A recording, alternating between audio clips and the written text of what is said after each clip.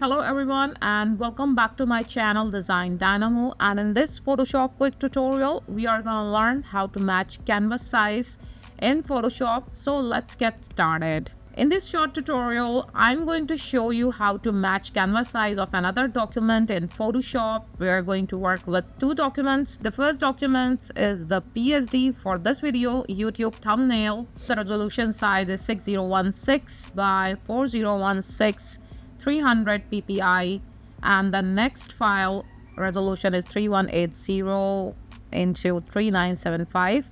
So after this we just select our first PSD file and go to image and select canvas size, and you can see this the image width and height is there.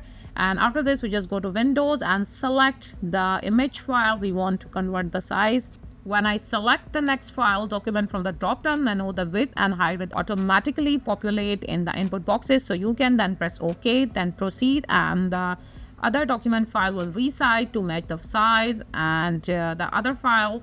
So but notice you can change the layer style as well. So this is the quick tutorial. I hope you like this video. Don't forget to like, subscribe my channel Design Dynamo. Thanks for watching.